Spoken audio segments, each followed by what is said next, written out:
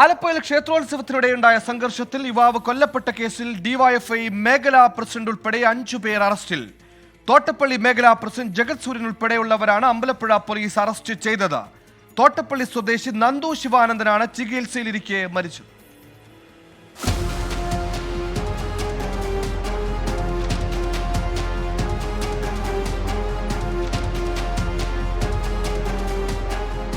ഒറ്റപ്പന കുരുട്ടൂർ ക്ഷേത്രോത്സവത്തിനിടെ ഞായറാഴ്ച പ്രദേശത്തെ യുവാക്കൾ തമ്മിൽ വാക്കേറ്റമുണ്ടായി. ആഘോഷം കഴിഞ്ഞ് മടങ്ങിയവർ ക്ഷേത്രത്തിന് സമീപമുള്ള മാത്തേരി ജംഗ്ഷനിൽ വെച്ച് വീണ്ടും ഏറ്റുമുട്ടി. ഇതിനിടെ ഡിവൈഎഫ്ഐ തോട്ടപ്പള്ളി മേഖലാ പ്രസിഡന്റ് ജഗത് സൂര്യൻ ഉൾപ്പെടെ 5 അംഗ സംഘം നന്ദു ശിവാനന്ദനെയും കൂട്ടുകാരെയും ആക്രമിച്ചു. ഹെൽമറ്റ് കൊണ്ടുള്ള അടിയിൽ സാരമായി പരിക്കേറ്റ നന്ദുവിനെ ആദ്യം ആലപ്പുഴയിലെ ആശുപത്രിയിലും വിദഗ്ധ ചികിത്സയ്ക്കായി എറണാകുളത്തെ ആശുപത്രിയിലും പ്രവേശിപ്പിച്ചു. സ്വകാര്യ ആശുപത്രിയിൽ ചികിത്സയിലിരിക്കെ ഇന്ന് വൈകിട്ടാണ് നന്ദു മരിച്ചത്.